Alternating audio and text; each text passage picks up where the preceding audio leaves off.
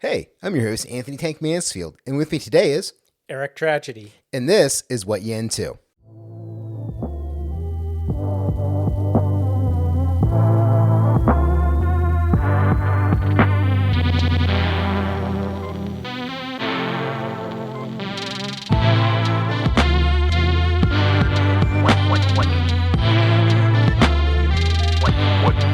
What you into?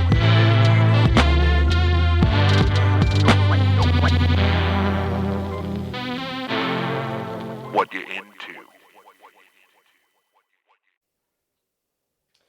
All right.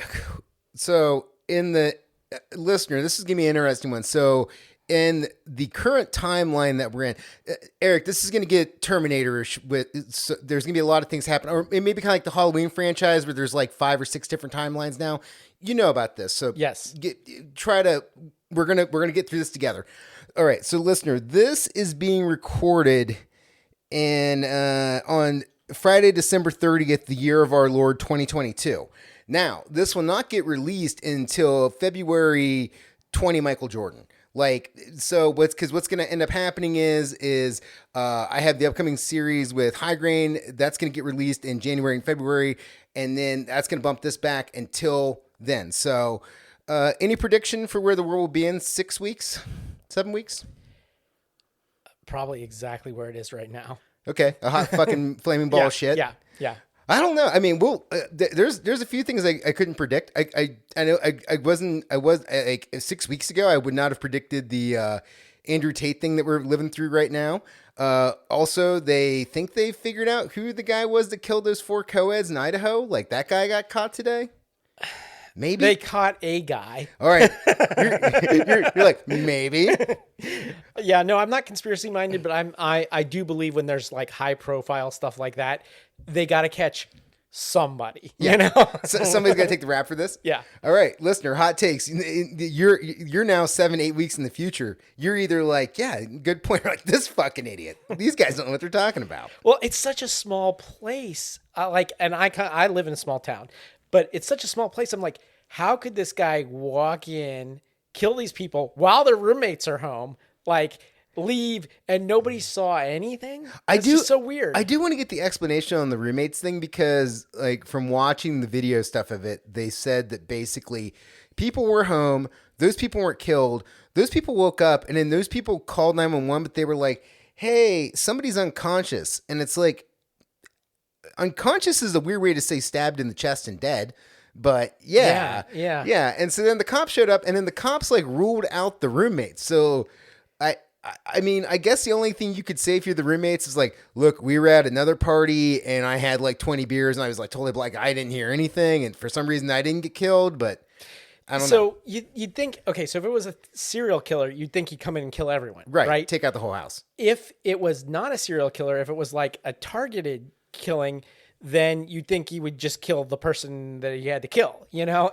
But then there was 4 people he killed. But then there's 4 people, and if it was sort of random, I don't know, it just boggles the mind because this is not like out in the middle of nowhere, right? There are other houses around. It's there are other people. It's a college town. Yeah. It's like a college neighborhood. Is a very unusual case. I'll give it that. Yeah. So listener, wait and see. Let us know in the comments now that you have way more information than we do. I mean, we're a full year behind in 2022. So you let us know what's happening.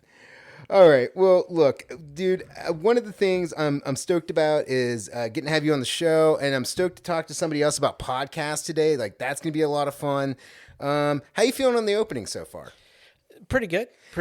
This is my worst part of the fucking episode. I really fuck up the opening hard. I never feel good about the opening. I'm always like, how do I start this dance? Because I don't want it to be like a stage rehearse thing where it's always the same thing every time, but it's also something that has to happen every time.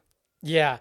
The opening, the way we do it, well, my podcast is Geek Channel 8, and the way we do it on Geek Channel 8 is we're all about media. And so it's always the same question. What media have you consumed since the last time we talked? And that can be video games, that can be movies, that can be comics, whatever. Nice. But what have you been watching? or reading or whatever. What you been doing? Since the last time, you know? Nice, solid opener. Okay, I like that. Yeah. Maybe I'll just steal that and be like, hey, what are you doing recently? What you into since recently? what you into? Stole this from another podcast. So all right, listener, I'm gonna keep working on the opening. Someday I will get comfortable with it. I'm close to 100 episodes on this motherfucker and still just hate the opening. All right. Here's the other thing I hate, the plugs, because I try not to fuck these up. All right, so you know where to find me at. neonoknown.com is the website. At neonoknown on IG is where you can find me at. And then if you're looking for Eric, you can find his podcast, Geek Channel 8, which we're going to be talking about all today. Is it available across the wide spectrum of places where you can get your podcast at? Yeah, pretty much everywhere. We're on almost... I have yet to find a place that has podcasts that we're not on. So we're on, iTunes and Apple and Amazon Music and, Spotify, Stitcher, you name it, we're there. I have not found one that we're not on yet.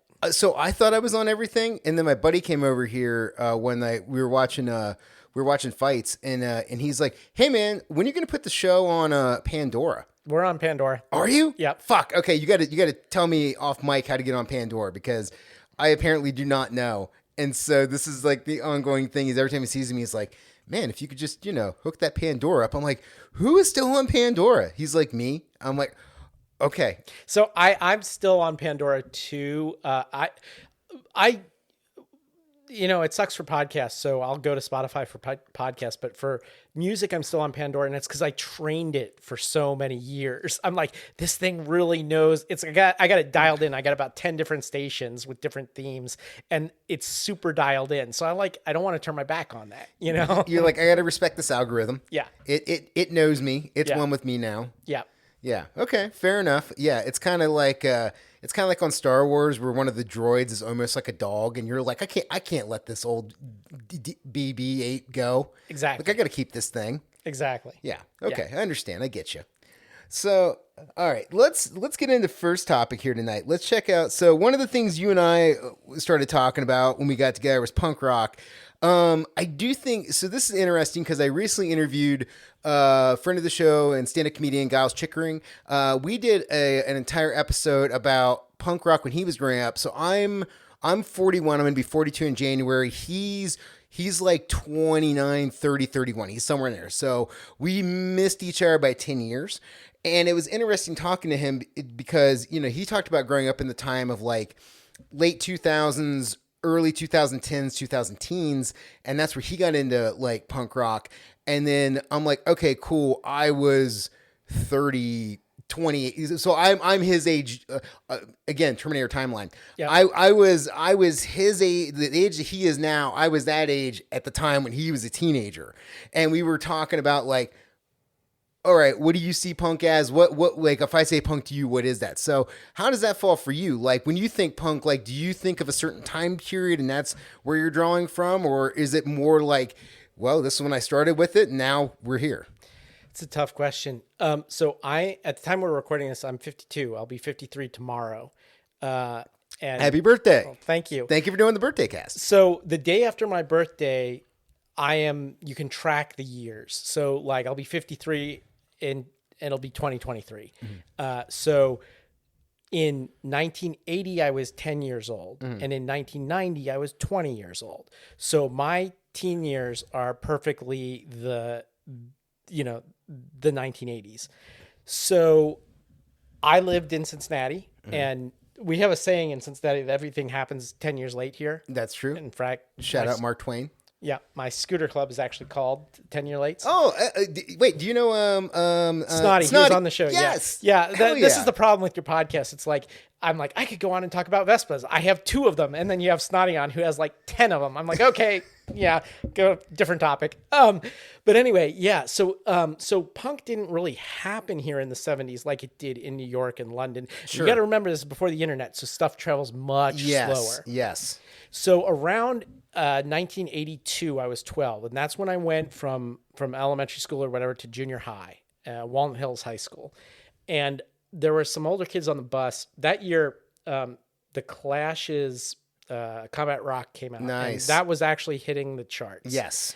And so my first introduction was the Clash and the dance craze ska music at the time. Like Madness and shit like Madness that. and Yeah, Specials. they would actually get like some MTV play. Yeah. So that was my first introduction to it, but I wasn't wholly sold on it. I was still more into like Prince and hip hop and stuff like that. Through up to about 85, 86. And then I got into, I felt really like an outcast at my high school, and I was picked on by a lot of people, and I was just kind of like kept to myself. And I discovered what you would call punk rock now at that time. And it was great because I could go, get in the pit, get all my aggressions out. And you had to be serious. Being like a punk back then was like taking your life in your hands. It was much, much more serious. You would get attacked on the street, for looking punk rock in a place like Cincinnati. They would call you Satanist. They'd call you faggot. They would call you, all these things just because you look different. And I definitely caught both of those in high school. But we were the second wave of punk. So we didn't like you were considered a poser if you called yourself punk rock. Like Right. That was like, no one said they were punk. We called ourselves hardcore because that was like the strain of punk that was sort of a little more metal and sort of all the bands that were spawned by Black Flag, basically. Yeah. So, Circle Jerks and Minor Threat and the Bad Brains. And, that was my era, So, yeah, hardcore punk, a tail end of, we had a club called the Jockey Club in Northern Kentucky. And it was an old gambling house. And it was just this ratty old punk club, and great bands played there. I think one of my first shows was Corrosion of Conformity and Dag Nasty, and it was just amazing. Little kids would come in, they'd be like waist high, and they're like, "How old are you?" 18, and they're like, "Okay, go in." Here's a pack of Winstons. Go in the back. And then when the cops would come and raid the place, which they always did, everyone would run out the back door and just scatter into the night. It was like, it was hardcore. It was not like today. It was not like today. Yeah. It is definitely a different world. I recently watched this thing on YouTube. Do you ever watch Finn McGinty? He hosts the Punk Rock NBA. No. So Finn McGinty's interesting because I think he's somewhere between your age and my age. So he's kind of like in the split middle, and he does reference a lot of like 90s punk, but he also is in tune with like, all the classic stuff from the 80s, like, be it Gorilla Biscuits, Agnostic Front, like all that kind of stuff, Sick of It All, and Black Flag and all that. It definitely has that kind of stuff. But, he was talking, I was listening to him do this thing where he was watching a video that this woman was talking about, where she was in the title of her video was very clickbaity. It was like, why Gen Z ruined music, or like why Gen Z made music suck, something like that. And basically what it was is she was talking about how at the time when we grew up and the time periods we were in, there was like, we just had such limited access to stuff. And so you would have to reconsume the same media over and over again because it's the only thing you could get your hands on. And Finn McGinty brought up, he was like, something I found interesting is there was bands that I've been listening to for years, but I never knew what they looked like. And he's like, I had listened to the Meat, not the Meat Puppets, the Meat Men. Yeah, the Meat Men. He listened to the Meat Men, and he's like, I had multiple albums. He's like, I'd listen to him. He's like, but I'd never seen a photo of anybody in the band. They never came to my town to tour. And he's like, for years, I had to conjure in my head what I thought the Meat Men looked like. Yeah, and I never saw them either. And I never got to see the Meat Men. They rarely came here. And I remember their show got announced multiple times and then didn't happen. I'm sure they finally played here at some point in time. But the lead singer's name is Tesco V. Yes. And he runs a comic shop and collectibles shop in Michigan. Sick. And through that channel, I saw him posting on Twitter or something, and I saw a photo of him. Now, of course, he's a lot older now, Right. but I was like, wow, this is the first time I've actually seen the face behind the voice, Yeah. No, and I think that was a way for a lot of bands, especially at that time, is like, watch something like The Decline of Western Civilization, and it's like, oh shit, okay, that's Darby Crash. And like, like actually getting to see like, oh, this is what X looks like. Like, because it wasn't as if like punk at that time was being published in Rolling Stone and or other big major publications. Like you would have a few bands break through, like like Blondie, like The Clash, but for the most part, it was very much trapped in an underground, its own segmented world where there was maybe zines to get stuff out, but it wasn't like today where there are social media sites where you can share stuff or like good cameras at that time. Good luck like actually filming a show or taking pictures of a show. Well, even like The Decline of Western Civilization, it's not like you could go into Blockbuster and rent that shit. Right. Like it was, you caught a screening of it, like I did downtown at the movies or the Real Movies on Race Street back then, or bootleg VHS tapes would circulate with right. it. It's not like you could just see that at any time. You had to get lucky. Yeah. I mean, there are hardcore films from that era that were made that I still haven't seen. You know. Yeah. And again, you bring up like the idea of like tape trading. Listeners that are under 30. So there was a time in the world where you would have 2 VCRs and you would get a hold of a tape and then you would make a copy for yourself. And then now you could like make copies of that for other people, but it would degrade over the amount of copies that were made from the original. But it was a way that like stuff would spread virally back in the day. Things like Heavy Metal Parking Lot. Yeah, that was a great film. Yeah, that was like a way that like a movie like that could be seen. I can speak from like my interest in like professional wrestling. Like that's how like people saw like Japanese pro wrestling is there would be one guy in like a major city like New York or Los Angeles or Chicago that would get a hold of like videotapes from Japan, and then they dub them, and then they would do like their own mail order services where if you could figure out how to get them, you could get those tapes. Yeah. And bands too, with audio tapes. So everybody made mix tapes back then, but also people would make bootleg tapes, audio tapes of bands and stuff like that. And not that I need to give you guys reason number 900 not to like Lars, but one of the ways Metallica became known in the scene was through bootleg tape trading. That's how they became known. And then like 10 years later, they're suing Napster, for right. like, bitch, this is how you became famous, right? Yeah. Well, and it's so much a way where a lot of stuff that is on the next cusp happens is because there's somebody that is making something new that's outside of what is the trendy thing now, and then the trendy thing now is then replaced by the thing that was getting boiled up in the basement, and then in 5 years that thing gets replaced. It's a cycle that goes on and on and on. It's just going to keep happening. Yeah 100%. It's cool. Well, we could do a whole podcast on that, but the podcast we're going to do tonight, we're going to get very meta. Welcome to the podcast about podcast.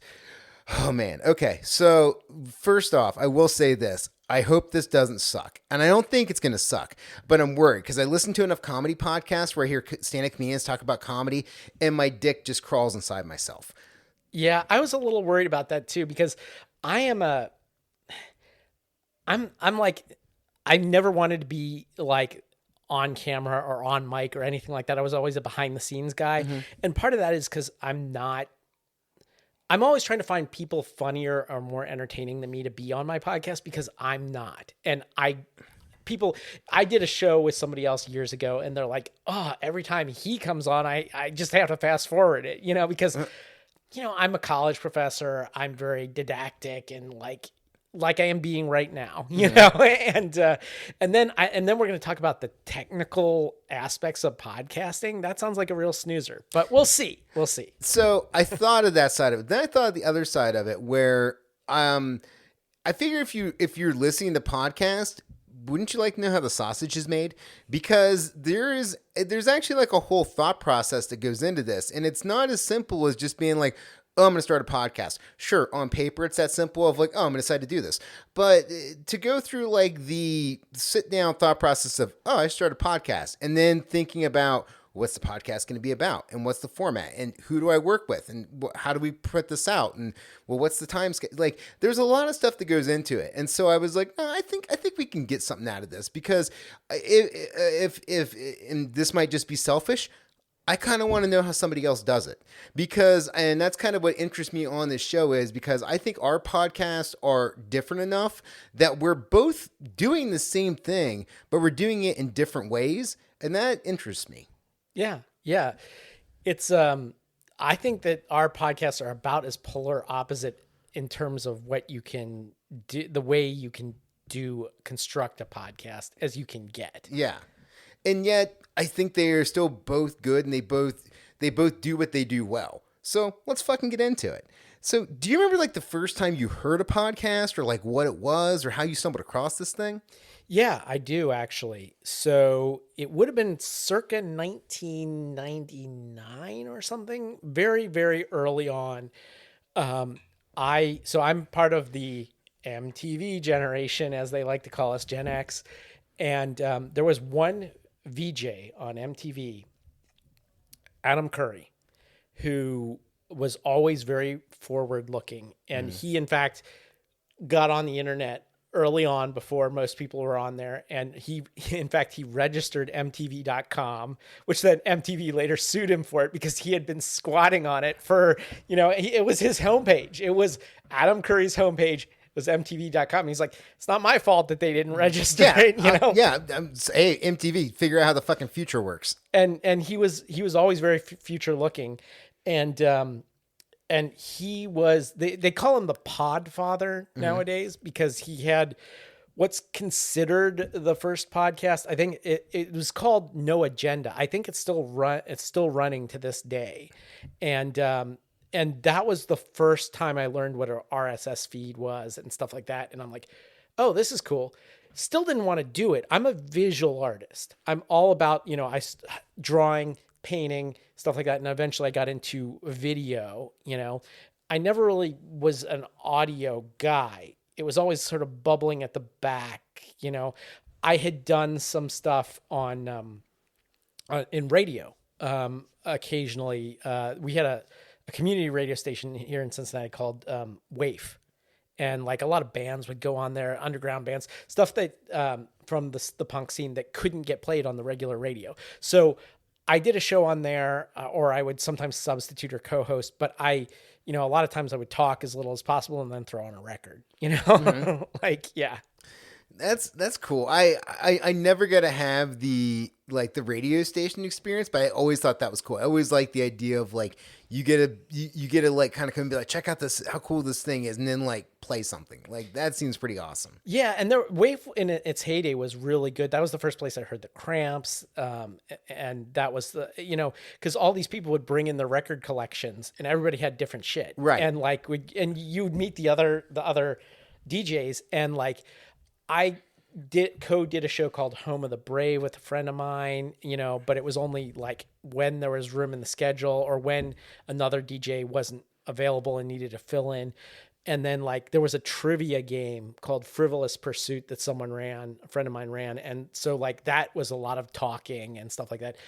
But it was never my ideal, I wanted to do film and art and stuff like that. Yeah. Yeah. I think the first time I got into podcast, I distinctly remember because I was working a really shitty job. So I was in Columbus, Ohio. I was working for the Huntington Bank, and I was working in the division of Huntington Bank that worked on repossessing cars because they would do car loans and then they'd repossess them. My job at the bank was they would fax us car reports that were filled out by repo men that would then say like what damage had happened to the car. And then my job was to type these barely legible sheets into our database to then say what happened with the car and what the current condition of it was in. And so, if you're doing like 30, 40 of those things a day where it's like, it's really boring work and it's also really monotonous work. And you're just kind of like, God, okay. So after a while, music just kind of, it wasn't really doing it because I was just like, okay, it's the same soundtrack every day and I just need to concentrate. But I need to concentrate on a level where I'm actually doing it, but I don't need to concentrate so much that I, have to really think about it because it's so monotonous. And so I had my iPod, and then at the time iPod, there was like a podcast section on your iPod. And I was like, oh, what's this? And so I Googled it, looked it up, and I started seeing stuff about podcasts, and I discovered this podcast called The Mediocre Show, which was like these two former hardcore kids from Philadelphia. One of them, this dude named Eric Tomorrow, had gone to college to be like a DJ. And so he didn't end up doing, they ended up doing something else. But because he had the knowledge, he understood like how all this shit worked like way back in the day. And he started putting out like his first podcast back in like 2006, 2007. And so I started listening to that for a while, and I was like, oh, cool. And then that just kind of snowballed from there as I started to find other stuff. Nice. Yeah. So it's just interesting to see like what people get into, like where it starts at, just kind of what was that thing that first lit the candle. So, and then do you still listen to podcasts today? Oh, all the time. I listened to two today. Two today? Yeah. Yeah. Yeah. I listen to podcasts all the time. And part of that is because, I may sound like an old fart now, but I was all about music. I'm a huge music guy. Mm-hmm. Throughout the 80s, the 90s, somewhere around the new millennium, like music to me started sounding redundant and got less and less interesting every year. And now I just, given the choice between listening to music or listening to a podcast, I'll choose a podcast most of the time. Mm-hmm. Yeah. Yeah, I go back and forth. It depends on what I'm in the mood for. It also depends on if my wife is with me or not. That's another determining factor, because there's a lot like where our Venn diagram music is. It's gotten larger, but it's still not super huge. But like, there's definitely stuff we can cross over on and listen to, and there's stuff I can put on that's not going to completely annoy the shit out of her. At the same time, there's very few podcasts I listen to where she's like, "Yeah, put that on." Like usually we're very separate in our podcasting taste, which I think is also a credit to podcasts now. The number of podcasts that exist out there, that so many people can listen to so many podcasts that don't overlap at all. Yeah, I have the same problem with my wife where. It's hard for me to find a podcast that she'll be into. She's happy to listen to like the grunge station on Sirius all day long, mm-hmm. Because that's her era. She's a few years younger than me. So that's her era. And so she's just like content, but I get tired of hearing the same songs over and over again. And that's how I originally got into hardcore and stuff like that. As like I was always seeking out new, interesting music, and it's just so hard to find nowadays. So but podcasts, like we're living in the real golden age of podcasting right now. There's like so much out there, so much content that it's really hard not to find a thing that whatever you're into, you can type it into a search engine and find a podcast about it. I guarantee you. Yeah, whatever it is. Like literally, listener, what do you want to listen to? Type it in Apple Podcasts, Spotify. You're going to find a podcast about it. Yeah. And there's so much stuff where there's multiple podcasts about it. I mean, like for pretty much like every sports team out there, there's probably at least like 5 podcast for that team. If you're into the true crime rabbit hole, that's just infinite. It just goes on and on forever. If you're into like any kind of music, there's infinite podcasts on that. Like it's nuts how deep the wormholes go on these things, even for the most niche subject matter you might be into. Absolutely. Yeah. Yeah. So what made you say I want to start a podcast? Like what was do you remember the year or the time? Like what made you go, okay, it's time to get some mics and start talking to people on the internet? A bunch of things. There's no one point. There's a bunch of little mile markers. And originally it started circa it had been at the back of my mind forever, but it started circa 2016. I was working at a TV station, and there were a bunch of us doing government video where we would go, C-SPAN type shit. We would go record government video for hours at a time, or school board meetings. There's about 5 of us. And we wanted to do, like, the station needed other content that wasn't that. And we wanted to do something different, that was more creative and interesting. And I remember, like, the very first episode of Geek Channel 8 was actually a TV show. And it was because Star Wars was coming back. It was getting revived. by Disney, the J.J. Abrams Star Wars, and we had seen it, and we all had different reactions. And there were 4 guys, myself in my 40s at that time, a guy in his 30s, a guy in his 20s, and a kid in high school. And, Interesting. and so you got 4 very different takes. Because I'm original. Right. I'm OG. I saw Star Wars in the theater. And then you had the guy who saw the, Lucas's reboots in the theater, like episode 1, he was that era. And then you had the guy who was, in between. You had the guy who, like, this was his first Star Wars experience, in the theater. So you got multiple different takes. The show actually didn't take off because very shortly after we shot that, 2 of the 4 people took jobs elsewhere that took them out of the area. Oh shit. Okay. And so we cut it together, and we it aired, but like I always wanted to revive it, and it took years from that point on. Then fast forward to early 2020, March 2020, the pandemic happens. We're all stuck inside all the time. So we would do these Zooms on Sunday morning just to hang out with friends. And, one of my friends, Nat Roth, who I knew from the Vine Street Punk days, he would come on. He was very into movies. I was into movies. 2 or 3 of other friends would drop in and out of the Zoom, and we would just sit around and BS and talk about movies. And like, eventually it got to the point where I'm like, look, why don't we just record this and release it as a podcast? Because we're doing the work anyway. We're doing the thing. The only thing we're missing is microphones. Yeah. So we that's how it got started. So we started recording in 2020, and we recorded for an entire year, and had a whole year of episodes banked before we launched it in early 2021. So in 2021, we were recording the 2022 season, while the 2020 season was airing. Why did you decide to bank so far out? Originally because, one, I wanted to get all the ducks in a row. I wanted to make sure we had a trailer, that we were already accepted by Apple Podcasts, which takes forever. Yeah, like you submit to Apple, it could be 8-10 weeks before you're on there. I wanted to make sure everything was ready to go.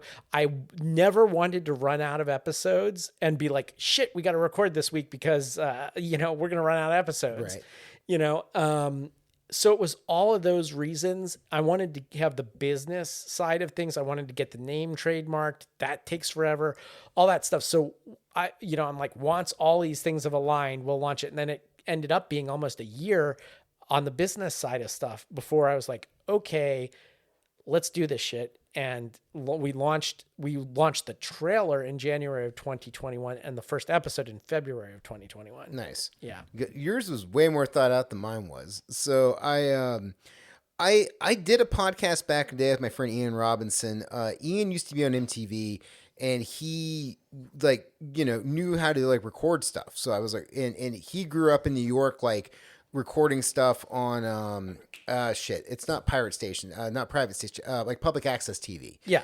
So he was like you, he was always ahead of the curve. We did a 6-episode podcast called Monster versus Bigger Monster, and it was just it was fun and it was cool, but at the time I was working as a high school teacher, and so I had a lot of stuff what I couldn't say about a lot of stuff because education, I think less now, but still, well, no, I'm going to say, I think teachers in the K through 12 system are still under that eye of scrutiny of they can't really exist as humans. They can't be seen out drinking, or they can't be out seen in a revealing outfit or something like that. Or, smoking is a big no. There's just this Puritan idea that public school teachers are just these sexless creatures that just exist Monday through Friday from 7:30 to 2:30 to babysit your fucking kids. Right. So I was like, I can't do this. I gotta stop. So I stopped, and then but I kept guesting on people's podcasts for years.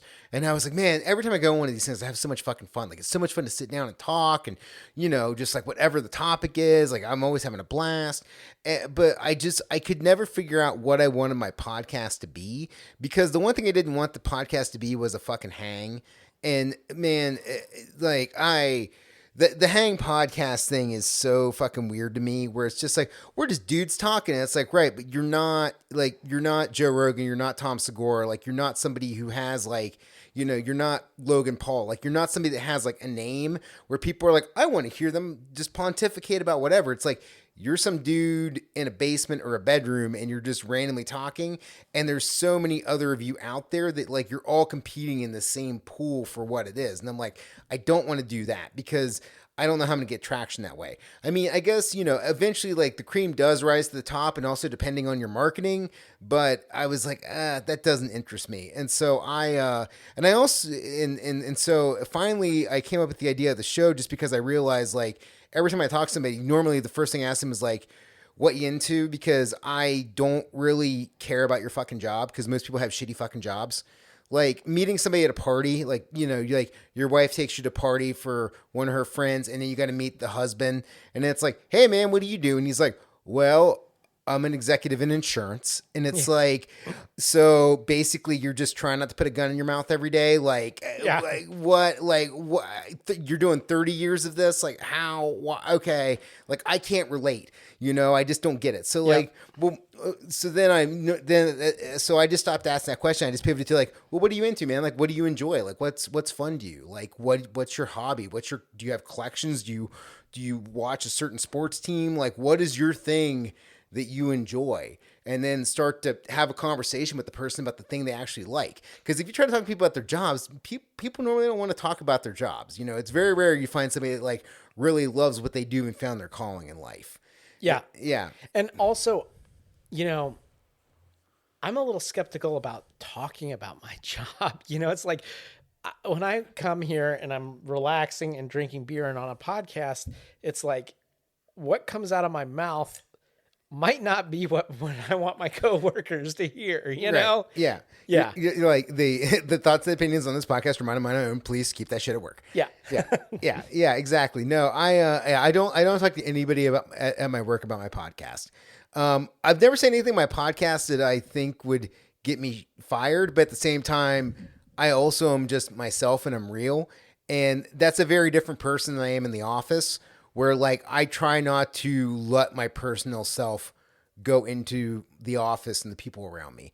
Yeah, I do. I'm not, my wall isn't quite that large. Like one of my coworkers is a podcaster. So occasionally, like when it's the holiday party or whatever, I'll talk to her about podcasting, Mm-hmm. But yeah. Yeah. And I think there also has to be that level of trust, that people that you're working with are cool and aren't trying to like fucking stab you in the back. I had a bad experience in a former job where I worked with a guy who described our job as Game of Thrones, because he was trying to climb the corporate ladder. And that will really like make you put your guard up, where you're just like, hey man, I can't trust you with anything. Like I can't say anything to you because you might buddy fuck me 5 minutes later and try to get me shit canned. Yeah. And I'm not used to that because I spent so many years freelancing that like when I started working in offices again, I forgot, oh, this is still a thing. Yeah. Like this is still a thing where people are trying to stab you in the back to climb the ladder. And I'm like, God damn it! We got to deal with this again, Yeah, and I don't want to climb the ladder. I don't want to have anybody reporting to me. I just want to be there and do my thing and not deal with work drama. Like, and I think that's another thing too, with the what you into thing, as far as like asking like what their passions are. Like finding people that like their passion is work, but like it's not like a thing where it's like they're saving sea turtles or they're like a musician or an artist, but like they're pushing papers and making Excel reports, and they're like, well, this is my life. This is what I am. And it's just like, Jesus Christ, tell me what it's like to live in a cage, in one sentence. Like that sounds miserable, that your happy place in life is working on the TPS reports. Yeah. Yeah. That's terrifying. Yeah. So, and then another thing that kept me back from doing the podcast forever was just like the technology for it, because like I just didn't know what to get, and I wasn't savvy enough to deal with what I needed. And so like, I was trying to do shit through iTunes. My buddy gave me a soundboard. I'm like, this is way too fucking complicated. And then finally one day, my buddy Cody from the Bastard Room was like, man, he's like, just get a Zoom recorder. I'm like, what's that? He's like, you go on Amazon or Crutchfield or Newegg or whatever. And he's like, there are these little recorders that have like, you can get multiple SLR outputs and you can plug in headphones and you can even plug it in and do a Zoom and you can record everything. And I'm like, awesome. I'm going to get one of those. And that really helped me, just like jumping that technology hurdle of like, okay, I don't have to overthink this. I can just plug and play and do the thing I want to do. Right. Yeah. And so once that happened, I figured, that's when it was like, all right, cool. Let's go with that and let's start a podcast. And then, yeah, I started out, I think I didn't start in 2020. I started in 2021. For me, it was important to have in-person interview, like, because my buddies, again, my friend Cody from the Bastard Sermon, like, he had a podcast before the pandemic, during the pandemic, and now after the pandemic, and like watching the hell they went through going from like an in-person studio show to a Zoom show, it was a painful year. And I'm like, I don't want to do that because Zoom has such very limited possibilities of what you can do with it in terms of like, I hate when you're on Zoom and one person's talking and somebody else tries to talk and you're just like, wait, what the fuck? And it fucks up natural communication flow. Right. And so like everybody has to stop like and take like a solid 2-second pause to make sure you're not stepping on someone's dick when you're trying to talk. I think StreamYard does a good job of making that reality happen where you can have the interaction. My buddies that host Craft Brewed Sports, they use StreamYard for all their shit and it's great. And it feels like an organic conversation, even though they all record in separate areas. Right. But the Zoom thing, I was like, I don't want any part of that. So yeah, Zoom is the cornerstone of my podcast, actually. Yeah, I wanted to get into this. Let's talk about this. Yeah. So, well, I mean, it started during the pandemic and we were all on Zoom. So of course it made sense to keep doing Zoom. But wait, let me back you up 1 second here. So when you decided to get on Zoom, was it people in the area that you were in, like you could have driven to each other if you wanted to, or were you separated by distance? Separated by distance. Okay. I live in a small town in Vermont. I don't have drinking buddies I can go out with. So one thing you got to know about Vermont is that anyone that lives there, when they turn 18, they move the fuck out. Right. So it's all old people and like by old people, I mean older than me, like old hippies, back to the land types, and kids in high school. Like that's it. I'm the weird, like anyone that's millennial or Gen X or whatever, you're just like this weird middle area that doesn't belong there. Right. So I have very few friends in the local community that I can go hang out with. And a lot of them like work at the same place I work. So I don't want to hang out with the guys from work. Right. It's like, yeah. So I lived in Cincinnati or the Cincinnati, Northern Kentucky area for 30, 40 years. So I have so many friends back here. And this is one of the reasons why I like listening to your podcast, because it reminds me of all the people are from neighborhoods and they talk about stuff I know about. And I'm like, even though I might not know that person, I know where they're coming from. So it was all by Zoom, and even my co-hosts are Ohioans, and so it made sense to stay on Zoom. So what we do is Zoom is what I call the scratch track. That is the one where we can all see each other, we can all talk to each other and stuff like that. But everyone works with, now this is where I get to bore everyone. So fast forward if you don't want to hear this part.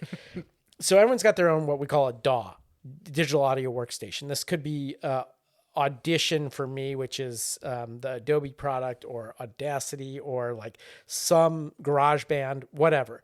And they're recording their own track at home. So we're recording the Zoom, and then everybody's recording their own audio themselves. Then everybody like sends the audio to me, Dropboxes it or whatever at the end of the show. Nice. I take all the individual tracks into a video editing program because I'm a video guy. I take it into Adobe Premiere. The video also helps me sync up like based on people's gestures and stuff. I sync up all the tracks. I think talking head video shows are lame, so I drop out the video, I drop out the Zoom audio, and then suddenly it's much more organic sounding conversation, you know? Nice. Yeah, that's how I do it. And as far as I know, I'm the only person I know that does this. Yeah.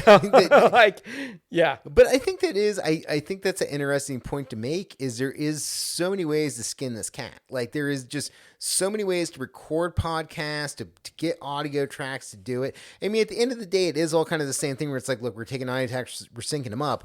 But as you mentioned, there's a variety of formats you can go through and how the recording happens, and also what the quality of the recording is. Because I've listened to some shit ass audio podcasts and it's an immediate turn off where I'm like, nope, can't do this. Like, your audio sucks shit. I can't listen to your podcast. Yeah, there are a couple of times where I settled for bad audio. Like, there are a couple of times where, like, I'd have a guest on by Zoom and they don't know how to do their own recording. Yeah. And I'll like settle for the Zoom recording. Or we had a data loss one time where we lost a bunch of the individual recordings. And so I had to use Zoom for part or some of the, or, you know, I might be in a situation where I got to turn around something really fast and there's just me and one other person and we're not stepping on each other because it's just the two of us. Then I might take the Zoom, because Zoom, they've made a lot of progress in 2 years in their audio quality, but it's not StreamYard. It's not like Riverside. It's not Zencaster, like, that are much more, you know, in tune with that. And I'll probably go to one of those at someday, but right now, Zoom is the one thing where I can talk to anyone, you know, anywhere in the country. They don't have to have any technical knowledge. And I'm like, do you know Zoom? Okay, meet me on Zoom. Yeah, you know? It's like Kleenex. It's like everybody knows what it is. You say it and people are like, oh, I got that. Yeah. You know, and it's like, and they understand how it works. You know, there's not like a tough thing where you're like, all right, you got to plug this in here, go this here, or do this here. Oh, did you get the link? Did you click on the link? Oh, the link's not opening. All right, let me go back to this.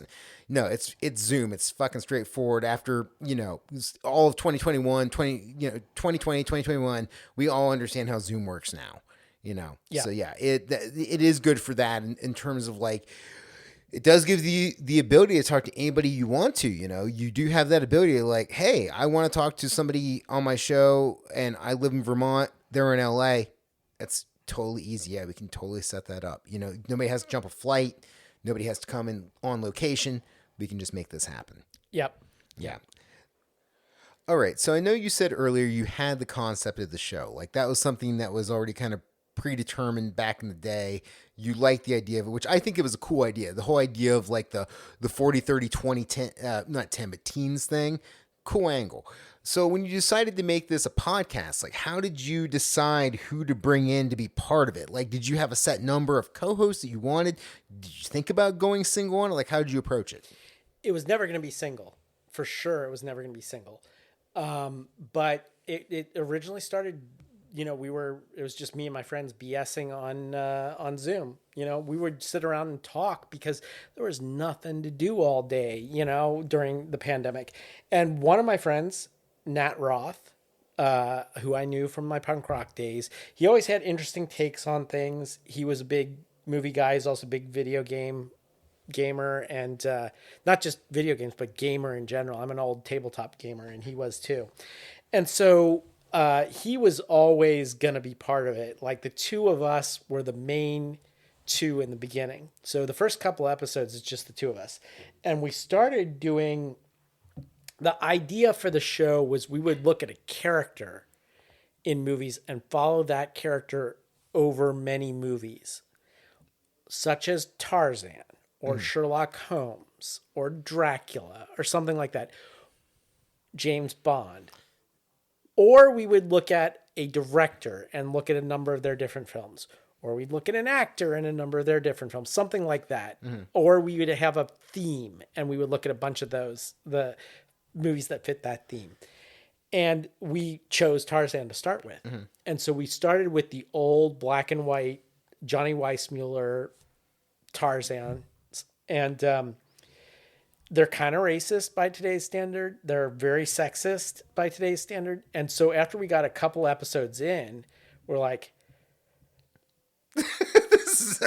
We can't having two bros talking about sexism in Tarzan's not going to work. We gotta have a chick on this show, So that's when I knew that another friend of mine from the Vine Street days, in more of a ska kid than a punk kid, Rosie Briggs. I knew she had done some stuff in radio and she might be interested in it. And so I asked her and she said, yeah, I'll do it. And so Nat helped. She wasn't that good with computer stuff. So Nat helped set her up. And then, so it was me and Nat and Rosie. And then eventually we got to, I had been working as a projectionist in a movie theater up in Vermont, actually New Hampshire. And the woman who was sort of the programming director there knew a lot about movies. And she was also had the advantage of being younger than us. She was a millennial. And so I'm like, okay, this is a different perspective. And she was raised on James Bond. She's a James Bond fanatic. And I knew we were going to tackle James Bond. So as soon as we did James Bond, I'm like, we got to get Johanna on this show. So we got Johanna in. So then it became, my idea was this would always be a panel. But finding a panel that's committed to being there every week is really hard to find. It's hard. So the idea was that if I get 4 or 5 people, at least 2 people will be able to make it every week. Yeah. And so that's the concept. But even that needs refreshing. So, anyone out there in listener land, if you're interested, gc8podcast@gmail.com. We're always looking for other people who are dedicated enough to be on the show every week. So, yeah. Yeah, I do think it's interesting, the idea of having the panel or the cast where it's a big dynamic to tackle because, like, number one, you have to have this thing where you at least all get along and respect each other on some level. But then it's like there does need to be difference, and then the arguments and how that happens, and then how these personalities play off each other. Like it's a thing that makes or breaks podcasts is the the community and the culture and just like the vibe of all the people on the panel together. And so what's it like to approach that every week? Like, do you go into it knowing that, like, are you always trying to be nice, or do you go in where you're like, I'm willing to argue with these people and go to the mattresses over stuff? Like, how do you approach the dynamic of being on a team? It's weird to say, but I never really put that much thought into it. Like, we know that we're going to agree and disagree on certain things. I don't think we've ever gone like knock down, drag out on anything yet. Because in general, with most movies,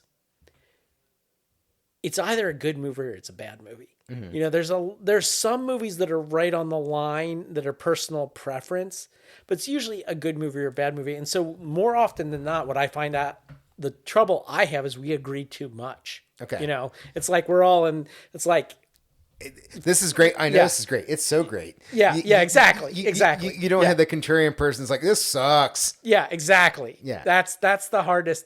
I'm trying to think of what would it be the one that we disagreed most on, and it's not coming to me right now. But if I think of it, I'll let you know. Yeah. Right on. Yeah, I do think that is an interesting dynamic of the podcast where there is multiple hosts. Is you have to have that trade back and forth. I'm solo.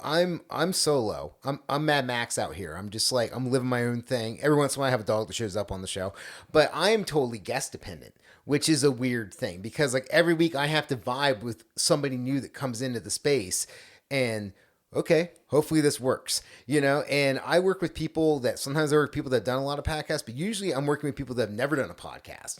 And so that whole thing of trying to figure out, okay, how's this going to work? And then the other thing that's interesting too is sometimes the show can be really funny and sometimes the show is really serious and dry, and just depending on who the guest is and what we're talking about. So that's kind of a weird moving target of my show is like, it's always like, okay, I'm tag teaming with somebody this week, but I'm not quite sure who it is. Right. Yeah. We do guests occasionally, and it's more determined. It's more content based. So like Rosie wanted to do Lord of the Rings. So I'm like, okay, if we're going to do Lord of the Rings, I'm a Lord of the Rings geek. Like, I started reading The Hobbit when I was about 9 years old. And then I started reading Fellowship of the Ring that same year. And it probably took me about a year per book for the trilogy. And then the Silmarillion took me years. So I'm an old school geek because I was reading this stuff in the 70s and early 80s. But I'm not as hardcore as some geeks, Yeah. And if we're going to do the Lord of the Rings and we're going to be called Geek Channel 8, we got to have a real Lord of the Rings geek. And I knew one from, I'm a professor. I teach at Northern Kentucky University, and there's a guy there named David Kime. And I know that he knows the lore in and out and like up and down. And I'm like, okay, we got to get this guy on the show. So he became the fourth person in that, and the way our podcast works is we start at one point and end it at one point. So for knowing we were going to do the Lord of the Rings and have it coincide with this Amazon Rings of Power release, that would be our last show. We back all the way up and we're like, well, if it's Peter Jackson, we're going to have to look at some of his films first before we go into Lord of the Rings. Yeah. So we did a couple of his early films like Meet the Feebles, which is fucking bizarre. It's a bunch of puppets. It's like the Muppet Show, except for there's sex and violence and shit like that. And then we watch, like, Jamie would love that shit. Yeah. All right. And then there was we did The Lovely Bones, which was based on a true crime event. And then we jumped into them in the order of the Tolkien books. So we did the Hobbit movies, even though they came out later. We did those first. Okay. And then we did the animated Hobbit and the animated Lord of the Rings movies. And then we went into the Lord of the Rings movies, the four. And it was really cool having someone with a perspective that really knew Tolkien's lore and stuff like that, like even more than me. And so that's why we had him. Another example of a guest we had is, I know a guy who was the screenwriter for Christine. Nice. The Stephen King, John Carpenter film. And so I was like, I want to do something for Halloween. This is the perfect thing. And Obviously. so I called him. He's a very, I shouldn't say very, he's an older guy. And so I knew he wouldn't be able to do the DAW. So that was one example of where I just said, okay, the Zoom audio is going to have to be good enough because the guest is the guy who wrote Christine, so it's like, he gets the Zoom pass. Yeah, he gets the Zoom pass. We're willing to take audio down 2 notches for the guy that helped write Christine.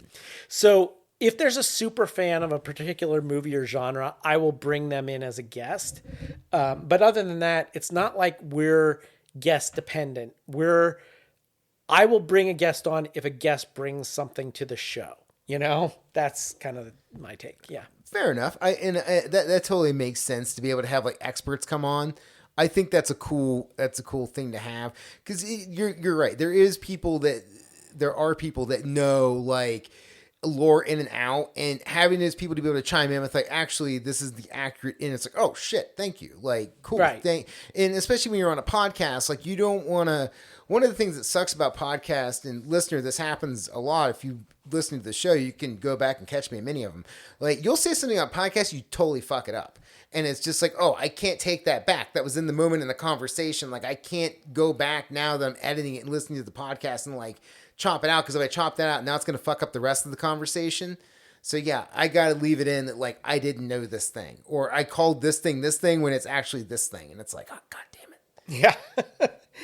Yeah, I do a ton of editing. And so I try to edit occasionally mistakes, but I don't edit mistakes that often. In fact, we have a whole segment of the show called Correcting the Record, where on a later show, we say, in the last show or 2 shows ago, we said this, but listeners wrote in the email or whatever, and this is actually, or sometimes I'll be Rosie said this, but I was right. It was this. If we had a disagreement, and because I don't want to sit there and Google while we're on on the podcast, but editing for me is more about like, I do a lot of editing. My podcast is heavily edited, and some of that is because I'm chopping out the ums and the uhs and the Rosie stutters.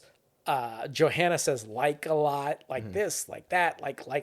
I go and so I chop all that shit out, and so that's one thing. And then sometimes I'll edit for structure. So the things that bother you, you do take out. You're just like, this bothers me. It's gone.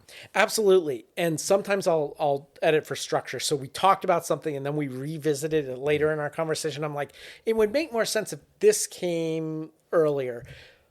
But part of the thing is like, I talked to someone who was a podcast engineer guy, and he's like, "Oh, you can't take out all the uhs that you're dehumanizing, and it's going to sound too robotic." And I'm like, "Yeah, but every I take out is a fraction of a second shorter that the podcast is going to be." And right now, I'm always trying to get the podcast down, and I don't like the way it sounds. And there are plenty of other people who will tune out of a podcast where people are just like, there's some podcasts that I'll listen to. There's one, okay, I'll shame them. There's one called True Crime Garage out of Columbus. And it's two guys that drink beer in their garage and talk about true crime, which, I'm all about it. Like Sure. that's just like, those are my peeps, but they talk so slow that I got to listen to it on 2 times speed just to make it sound like a normal conversation to me, So I do a lot of editing, and part of that is being a perfectionist, and part of that is also some of the big names in podcasting do that. Like I heard Dan Carlin talk about how Well, that makes sense. he does it, and I heard Alexandra Cooper talk about how she spends like 7 hours editing each episode, and I'm like, yeah, if they're doing it and they're the most successful podcasts out there, I'm going to do that too. Yeah. I wish I had the time to do it. I'm on the polar opposite end. I hardly edit shit on this show. So basically about the only thing I will edit is if somebody like wants to take a bathroom break during the middle of the show, I'll edit out the part where people are like, hey, and I'm like, got you. And then I'll edit out the come back in. But other than that, it's pretty much like, well, this was the conversation. And it drives me nuts when there's shows where I can hear myself say like, and I'm just like, God damn it. As I said, just right there, and I'm just like, fuck. Well, there's sometimes where the word like actually makes sense in the sentence, and there's sometimes where It's like just is pause. just like a pause. Yeah. And that's something that one thing it's made me work on is trying to get rid of pause words in my day-to-day life. Like I'm actively now monitoring my speech and getting myself to slow down when I'm talking about stuff and trying to monitor my excitement, because I am still excited, but it's give yourself a second, get your thoughts, and then talk. And then I don't want, we live in such a sensitive time, as like, again, going back to the punk rock days, we would say whatever came to our mind, and that's not necessarily always PC. And so every so often I'll edit out something that I think would not play well, where it's like, that person is not like, this could easily be taken out of context, or the context is lost because it's an audio podcast and you don't see that, we're making an off-color joke or whatever. So I'm like, okay, best to take that out, because, these aren't the people listening to your podcast. They're not necessarily your best friends who know that you don't really mean that thing that you said, right? So every so often I'll be like, this might be one of those, we're getting into dangerous waters territory. I'll cut that, Yeah, humor's become harder to do as we age, or in the time that we're in, because sarcasm is mattering less and less. Like, people are just not recognizing what sarcasm is, and then they're just like, oh, you really meant that? I was like, no, I didn't really mean, I was making fun of people that actually think that. And it's just like, well... Yeah, Fat Mike got in trouble on the Warped Tour for that, as did one of my favorite bands, the Dickies, and they're like, they were calling some woman a cunt, and they're like, this is punk rock, you know? And I'm like, yeah, didn't Johnny Rotten say pretty vague cunt, It's like, but somehow that C word is like verboten now, Yeah, it's definitely gotten to like a thing where you definitely got to kind of pick and choose more what you're saying and how you're doing it, and yeah, I go back and forth on that. I think it does bring into the idea of like I want to be able to say what I want to say, but then I also have to think about what I want to say, and it's a weird thing to walk. And but that is also part of hosting the show is like, all right, choose my words and don't stumble into something that could really fuck me up. Yeah, it's a thing you really have to think about nowadays. And then, coming out of a TV background, like we always had to worry about what was said on the air because it's very heavily regulated by the FCC. Podcasts are not. But like pretty much your ratings and everything come from how well you're doing on Apple. Yeah. Apple's kind of like the gatekeeper, and they'll really ding you if you don't have the explicit tag but have more than a couple F-bombs on your show. Yeah. And so what I do is I'll decide with each episode whether I'm going to label it explicit or not. But if you label it explicit, you're going to reach a lot less of an audience. Yeah, and I've always labeled my show explicit because I'm just like, as like belch in the mic. I've never just been like, I'm like, look, it's a real conversation and we're going to talk. And if that gets me less listeners, oh well, but I'm not worried about it. Like it feels weird to me to like, I mean, I guess it's something to, one of the questions I have is like, did you think going into it, like, were you ever like, are we a podcast that swears or do we not? Like, how did you approach that topic of like working with co-hosts and stuff and what you wanted the show to be in terms of like reach?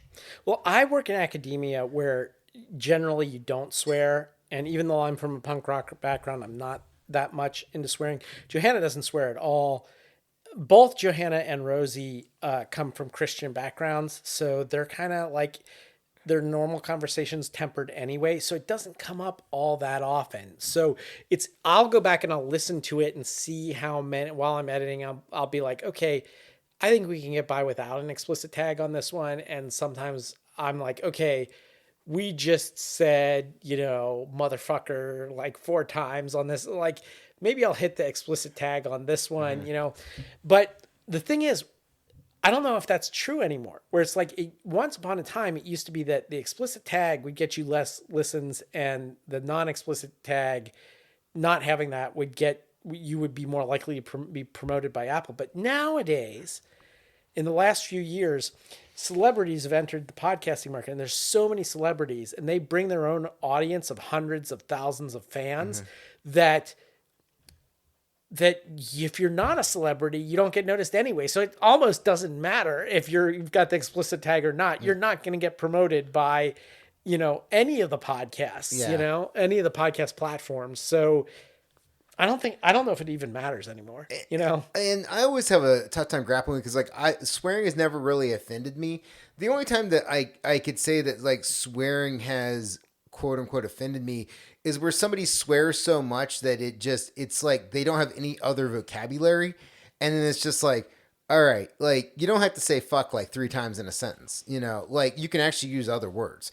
Like there's a reason why do you swear words, but if you're just like fucking motherfuckers, we're fucking in this fucking fuck. And it's just like, well, what are we talking about here? Yeah. Like it's just, there's sometimes where it's just too much, but I've never like ran into a situation where I'm like, all right, I'm very offended right now because somebody said pussy or fuck or shit or cocksucker. Well, I mean, I can't do a podcast show about like Pulp Fiction and not say bad motherfucker at some point in time. Right. We got to say that because that's an important thing, I mean, I wish I had somebody to edit the podcast. I wish I had somebody who would take out the ums and the likes and the shit where, or like remix the conversation. I recently went on this podcast called Millennial Suck. And the guy who's the co-host and is the engineer on the show, Dylan Cheney. Dude, I was so blown away when I actually listened to the podcast back because he edited out so much shit. He like actually restack conversations so that it was a better flow to the podcast, and also took some conversations and cut some pieces out of it to kind of shorten it and make it just way more listenable passage. Take something from like we're live when we talked about it for like 40 minutes, and you cut down to like 25 minutes, something like that. It was just like, oh, this is way better. Like, this is so much better. You fucking did this. Thank you for doing this. Yeah, and I don't think that my co-hosts even know how much I edit, because when they hear themselves played back, it's edited so deftly that they do not notice that the likes and the ums and the ahs have been cut out. They think that's just how they talk, you know? And I'm always perfect. Every so often I'll get some company or something hitting me up like, we can edit your podcast. Well, and so like, I'll entertain it just every so often, just for my own amusement. I'll be like, oh, really?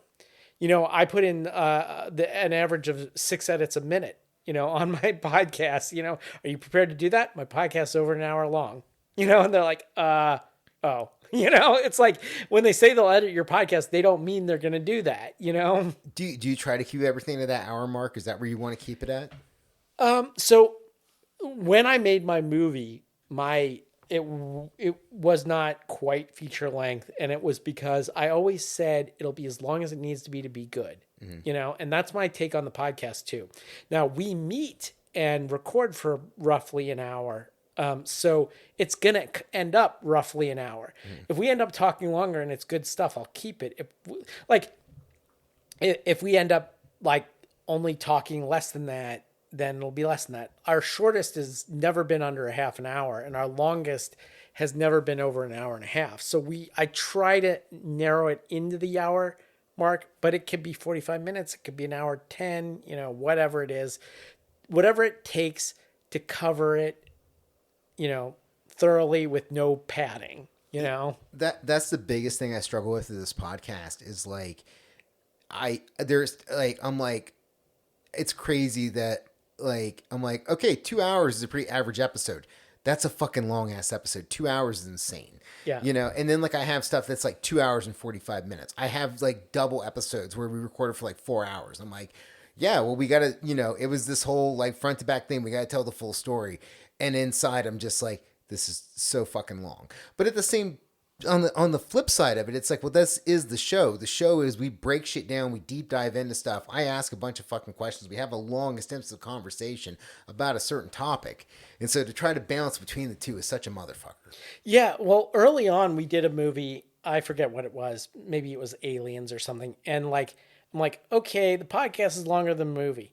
Yeah. It's like, there's a problem here. Like when our podcast is longer than the movie we're talking about, then I think we're beating a dead horse. So I try to not do that, but you can't talk about like The Godfather in 20 minutes, you know? Like, well, and especially again, something like Aliens, where like, it's just like every scene, there's something going on. Every scene means something. There's all the characters, have like such a unique look and stand out and them. And yeah, how do you break that down?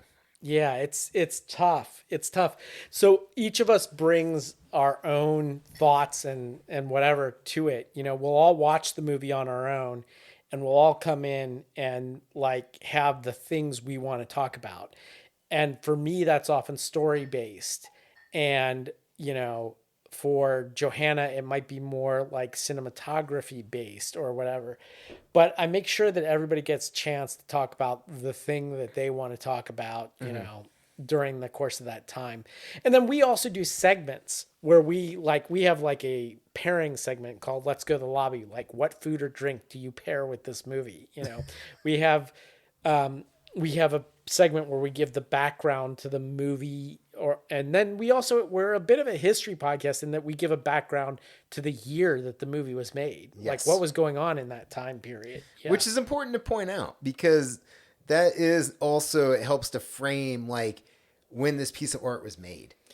Yeah. Yeah. And some of the podcasters who influenced me did that, and that's how I got it. So like one of the big influences on the show was, actually a true crime podcast called Small Town Murders. And they always had like they always do a thing called it's about murders that happen in a small town, but they talk about the history of that town, which is fascinating. And then they do like the real estate report where they talk about like, what it would cost to buy a house in that town. It really gives you a feel for the town before they get into the murder.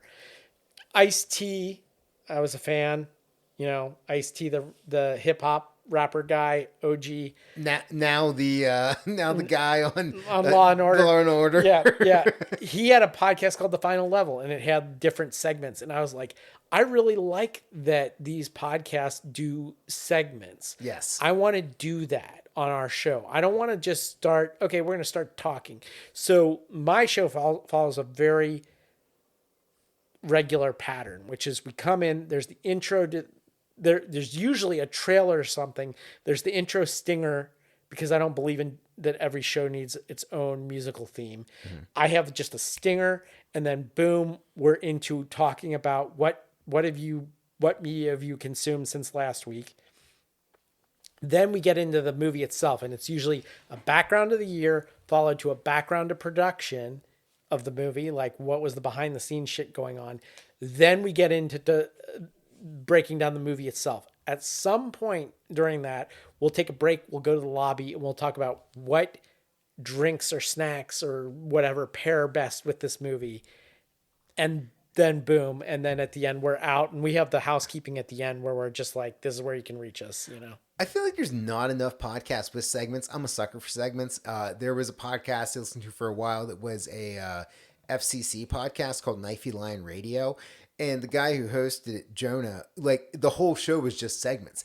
And he did all this awesome audio stuff where he, would make like audio bumper tags that would then bring you into it, so you would know like, oh, we're in this part of the show now. And now we're in the Man of the Week and like all this other stuff. And then, we also have like, not only do we have segments, but we also have certain trigger things. Like, and this is unfortunately the origin for this got lost in our data loss. So you don't hear how this started, but like on one of the shows I was talking about the movie Open Water, which is it's basically a shark movie. It's people stuck out on the water, and they're stuck in open water and they're getting attacked by sharks. And then I watched Open Water 2 and there were no fucking sharks in it. And it pissed me off, So my co-host Joanna said, I think for every movie we should have you say like, not enough sharks, and so like that started our shark meter. Yes. And so I have a shark meter on the show. How many sharks are on the movie? How many sharks are in this movie? Hell yeah, dude. Going back to my buddy's podcast, Craft Root Sports, the sports podcast, where they not only do they have segments, but they also have audio video dumps that they do throughout the show.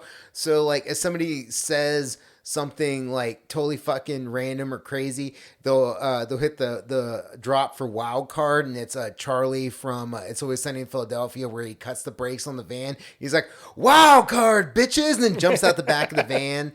And they have this other one where it's if somebody says something fucked up, it's race card, and it's like somebody like flipping over a card, because usually it's something where like something racist happens in the world of sports, and they'll bring it up on the show and talk about race card like each time it happens. Yeah. And all of the intros for like the football segment has its own intro bumper, which is like Tecmo Bowl. Right. The golf one has this great intro where it's these dudes playing, and this one guy's like, playing a game of whack fuck here, and you see this dude try to hit the ball, and he fucks up, and you hear it go whack, and you hear it go fuck, because he totally smacks it into the left side of the field, and like that's pretty funny. Yeah, so we have Let's Go to the Lobby, and we have those background segments, but then there's a couple of other little things that aren't really segments, but like if there's going to be a spoiler, I always give a spoiler alert, Nice. Because I Thank hate you. that. Oh my God, I hate when people spoil shit. But there's certain films that we couldn't talk about without spoilers, so then I'll give a spoiler. I mean, there's some stuff where it's like, look, this is dependent upon this, so yes, we have to do this right now. All right, so let me ask you this. Like, how do you choose with an entire panel of people what gets reviewed on the show? Like, does somebody have final say, or is it a group vote? How's that work? So I wish it were more egalitarian than that. So it's pretty much me. I set the agenda for the shows, and I try to get my co-host to tell me what they really want to do. So, like, Nat's favorite movie in the world was Galaxy Quest. So we had to do Galaxy Quest at some point. Nice. I already mentioned how Rosie wanted to do Lord of the Rings, so we Yeah. did Lord of the Rings. But in general, I'll throw stuff out there. My rule of thumb is it's got to be either a movie. There are tons and tons of podcasts out there talking about the movies that are out in theaters right now. So I was like, we're not going to do that. We're going to be a history podcast. We're going to talk about old movies. And we kept getting compared to another podcast called The Rewatchables, which I had never listened to. And then I listened to it one day and I'm like, oh yeah, I see why. Total parallel evolution, but same kind of deal. But my deal was like, it's got to be a movie that either I have not seen, or most of us haven't seen, or have not watched in a long time, so that when we're watching it kind of with fresh eyes, you know? So it's not like we, oh, I watched that movie all the time and I just watched it 2 weeks ago. I watched it 4 weeks ago. It's got to be like, we're rediscovering this film. We're like watching it for the first time in forever. So like when we did Dune, the 1980s Dune, like I was like, oh wow, I have not watched that since the 1980s, you know? So it'll be interesting to revisit that and compare it to the new Dune, you know? Yeah. So that kind of thing. Yeah. Yeah, interesting. My thing, I kind of have to find people and I have to figure out what they're into to then interview them about them, or I'll just like random pick up a conversation and talking to somebody, like they'll say something. I'm like, I've never had that on the show before. Hey, would you like to be on a podcast? Like that's how I end up stumble fucking my way into all my shit. So Yeah. it's interesting to hear like somebody on the other end, where like you have an infinitely large pool of shit you can pull from. You can be like, let's do the RoboCop series, fuck it, or like let's do all of the Texas Chainsaws, whatever. Yeah. Like you have a lot of stuff where you have a vast well to pull from. Yeah, and it always, like, one of the things about your podcast is when I listen to it, I'll always be like, like I'm like talking back at the podcast, especially when it's someone like Jamie and they're talking about movies, and I'm like, nope, that's wrong, you know, or whatever. I'll be like, or even like shit that I don't care about. Like, I've never been into pro wrestling. You know, you guys talk about wrestling all the time, and there's only one wrestler I ever paid attention to at all. And also because he's kind of a movie guy, and you guys didn't even mention him. Someone was like the greatest wrestlers of all time. I think you guys talked about, and you didn't even mention him. You know, and Was it Roddy Piper? Not Roddy Piper. Piper's Great. Piper is the greatest wrestler. I don't like wrestling, and I paid attention to Piper. Jamie loves Piper. Yeah. He has a Piper tattooed on him. Yeah. So, it was the hot rod. It was the wearing, like.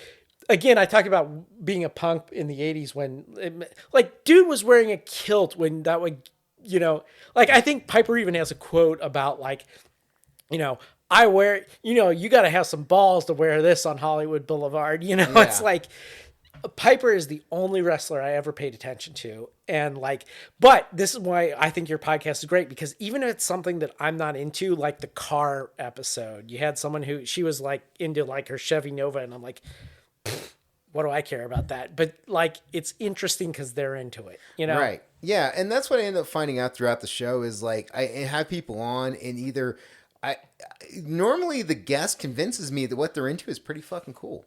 There's been very few times where I'm like, I don't get it at the end of it. At the end of it, I'm usually kind of like, well, I can see that. That makes sense. Like I could go there. So yeah, it's fun. So let me ask you this: like, once you do, like, how do you decide on release dates for shows? Like, how do you structure your when shit drops? So originally this was supposed to be a part-time hobby kind of thing, really. So I was like, we're going to release one show a month, And then I quickly learned that people forget about you. Yep. Like, you release one and then it's like 4 weeks before the next one comes out. Nobody follows a podcast that comes out only once a month, unless you're a celebrity or something like that. But so I was like, okay, we'll go to twice a month. And then I found out even that wasn't enough. And I'm like, I do not have the ability to do this every week. I just cannot. I work 3 jobs. You know, I have a lot of other obligations in my life. I cannot, and I put in 7 hours, 8 hours of editing on every show. And that's just the editing part, you know? Right. Plus, I got to watch the movie beforehand. That's 2 hours right there. And then, like, we all got to get together and record it. That's a couple hours. So, you know, It starts suddenly, stacking up. yeah, suddenly you're spending 10 hours on a podcast that's like, and working 40 hours a week at your regular job, working at 2. I have 2 part-time jobs that take up a lot of time. So suddenly, where's the time go? You know, where, you know, so yeah, so I feel I'm getting off track here, but the question was Just kind of deciding your release schedule. Because I do think that is the thing with shows is like, there's no standard for it. I'm on the weekly release thing just so I put stuff out there, but at the same time, like I flood the market with content because I do that. Because I mean, I'm asking you to spend like 2 hours a week plus listening to me. Holy fuck. I'm asking the people listening to my show for a fucking lot. And then there's other people that release like 3 to 4 podcasts a week, you know, and there's some people that release, you know, 1 every month. And it's just, there's no correct answer to it. Yeah. There's just so many variables. I think what happened was we went from 1 to 2, and then we went from 2 to 3, and I was like, I can't do 4 a month. So what I came up with was that we could record 4 in a month. Like if we recorded every weekend, we could record 4 in a month and release 3 in a month. And that way we would always be recording more than we were, than we were releasing. And then we would never get in a situation where someone's sick or like my computer dies and I can't record for a couple of weeks. We'd always have like a buffer, a bank of episodes. And so then it became, okay, we're going to do tri-monthly, which is another really weird thing. We're one of the few podcasts I know that's tri-monthly. I like it. I do like what you set up where it comes out on the 18th and the 28th. Like it's very easy to recognize and Geek Channel 8. Yeah, like it's that's our brand. It's very on brand. And so when I saw that, I was like, that's fucking smart. Yeah. So any date with an 8. That's what I say. We're any date with Nate. We're there. We're there. Yeah. So the 8th, 18th, and 28th of every month, and you know because even the shortest month has a 28 in it. Yeah. You know we'll always come out 3 times a month. 3 times a month. And that I think it's a really good number for us. And really, I feel like we still get downloads in the. Like when we were doing once a month, there would be a dead zone where there's no downloads. Sure. And then until the next one comes out, and there'd be a whole bunch of downloads and then a dead zone. And then with 2, there was like 2 peaks and then like, you know, there would be like valleys in between. But with 3 a month, we're just at that rate where we're almost like never hitting rock bottom, you know? Well, let me ask you this, because I think that segues perfectly into this question. Social media and promotion. Fuck, dude. I suck at that. I hate it. I hate it so much. Like I hate that I have to be this fucking character online that's like, check out this awesome thing. It's awesome that I'm doing it. It's so great and it's so cool because it's awesome. Yeah. I fucking hate it. I don't like tooting my own horn. It's just not my thing. I don't even like being on camera or I don't like being the guy talking on the podcast. I've always wanted to be behind the scenes.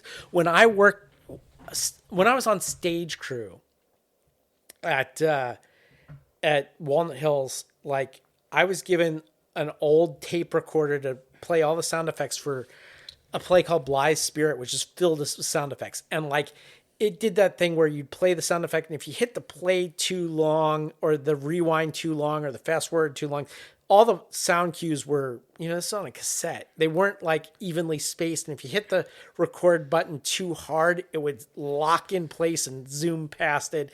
And it was just a nightmare doing sound effects for this play. And I'm like, I never want to do that. I want to create a product and put it out once it's polished. And that's how I got into filmmaking. And that's my same approach to like podcasting. I never wanted to be the person in the spotlight.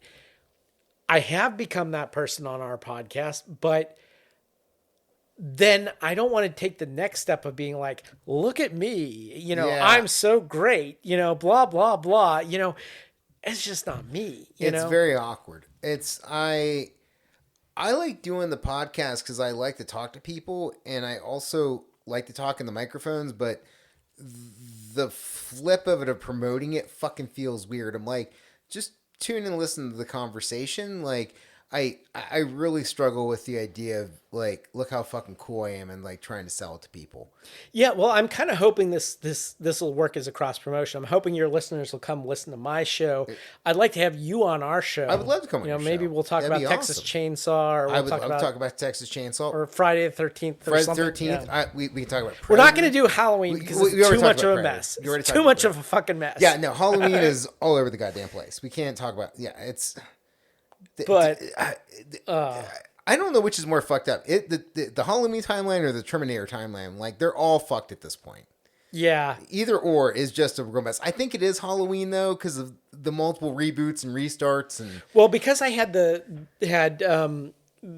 screenwriter for Christine on, we've talked John Carpenter a bunch of times, because we talked John Carpenter when we were talking about Aliens, because he directed Dark Star, which was like the blueprint for Aliens. And then we talked about him a bunch on the Christine podcast. And so I don't want to go into Halloween, because Halloween, like, there's the John Carpenter one, and there's also Season of the Witch, which I think is a really neat awesome movie. but it has nothing to do with the rest of the Halloween franchise. Well, and it's originally what Halloween was supposed to be, where it was supposed to be like Halloween 1, and then it was supposed to be an anthology series. It was supposed to be something like, where each year we get a different Halloween on Halloween, but it would be a different story. Which is a great idea. a really great idea. I like Michael Myers, but I don't think we needed all those Michael Myers movies, No, there were so many other people that did like the stalker slasher thing so much better than those shitty sequels. But yeah, immediately the studio was like, nope, Halloween 2, make it. And Carpenter's like, I didn't really have a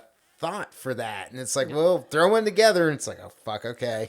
Anyway, so maybe we could come on and talk about something like that. You could come on and talk about something like that. But that's the only way I know how to promote, is like, tell everyone you know to listen to it, or that you have a podcast, And I wish my co-hosts promoted it more among their group of friends and stuff like that. But that's it. And I've always kind of take it like the right people will find it and listen to it, I hope, yeah. Yeah. Yeah, I'm in the same boat. I'm going to try to do more in 2023, but it just feels fucking weird, man. Okay, so let's kind of combine these. Well, actually, let's do this. So, how important is it for your show to have listeners? Well, you catch me at a really weird time, because we actually started out with no listeners, and we gained a lot of listeners, and then we're about ready to hit the 2-year mark, and our listenership has actually gone down. So we peaked and we're back down now.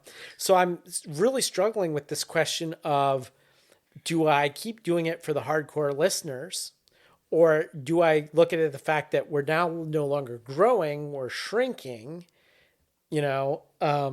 and part of that is probably the same situation with me with your podcast, where like our podcasts are like at least an hour long, and people need to catch up. Like, our most popular episode is never the most recent episode. It's always 2 or 3 episodes ago, because people are still catching up, So I wrestle with when do we pull the plug on this?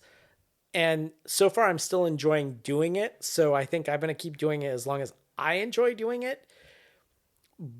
But that said, it is a grind, and it is particularly a grind on my co-hosts. Even though I do more of the editing and stuff like that, I'm conscious that nobody's making money off this shit, so it's like, like one of my co-hosts, Johanna, she has multiple jobs. Also, she has a son that she's raising.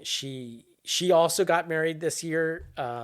She bought a house. She's just got so many things going on in her life. Yeah. Yeah, life is happening. That like, it gets to a point where it's like, I don't want to get to a situation where we're not releasing. We go like 3 weeks without releasing a podcast, 4 weeks, 5 weeks. And it's like, the listeners are like, are you ever going to release another one. I don't want to get there. If we get Right. to a point where we're not releasing on a regular basis or it stops being fun, then we stop doing it.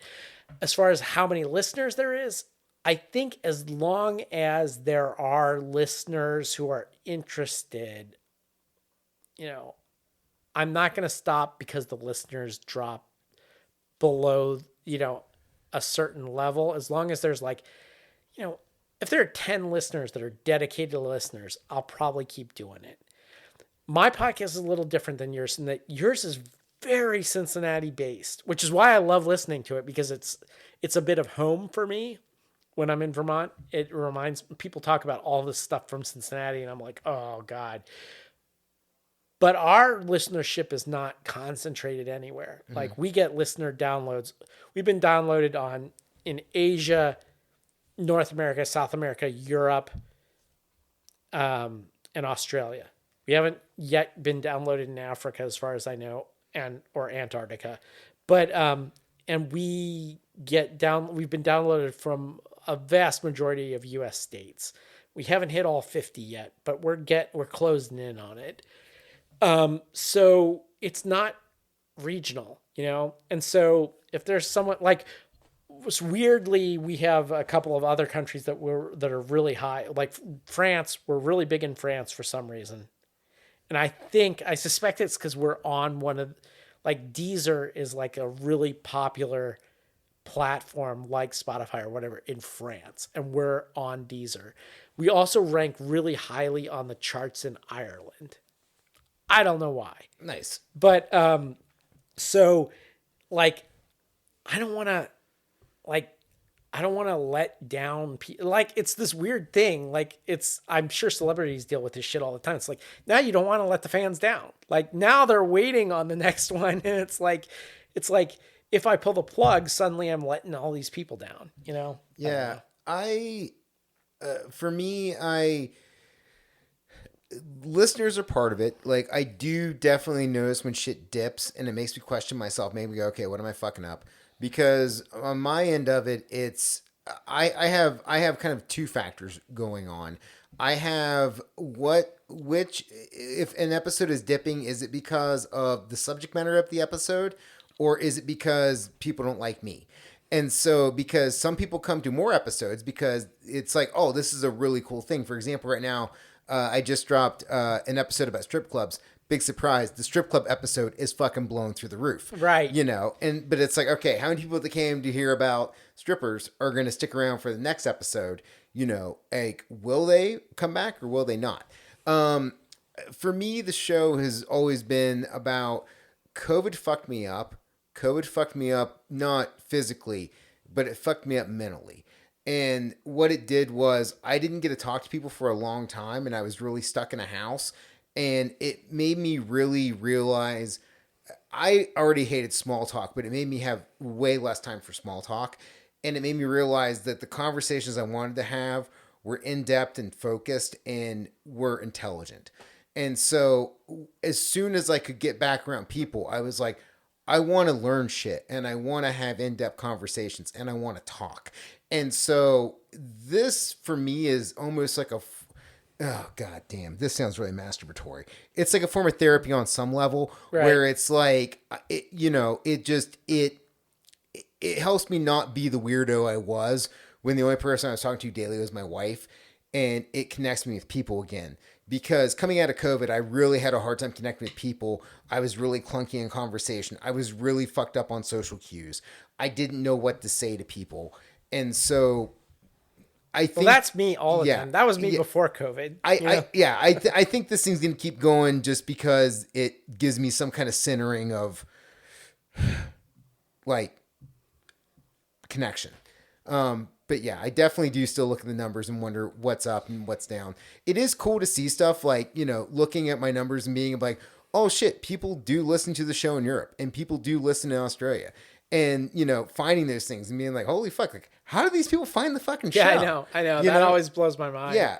And I think that's a super cool part of it. But yeah, I think it's just going to keep going. I don't know. At some point it might drop off, but it's going definitely. Well, look, let's get it. I got a couple things before we finish up here. Do you ever want to do live cast? Do you ever like want to do something Yeah, like yeah. in front of people? We actually tried it and failed. So it had been my intention to do a live cast even before you did your first live cast, which is now years ago now, a year ago, 2 years ago. Somewhere in there. Somewhere around that time, I had been looking at doing a live cast.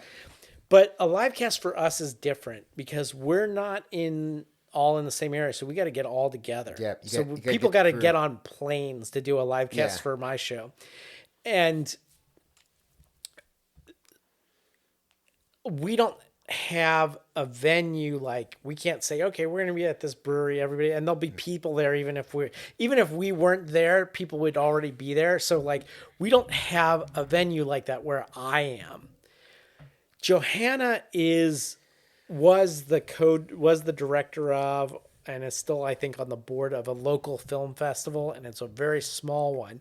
But our idea was that we would have it at the film festival as an event, and because we talk about movies, we would be at the local film festival, and then like it's one more thing that's happening at that festival, and then people could come to the auditorium.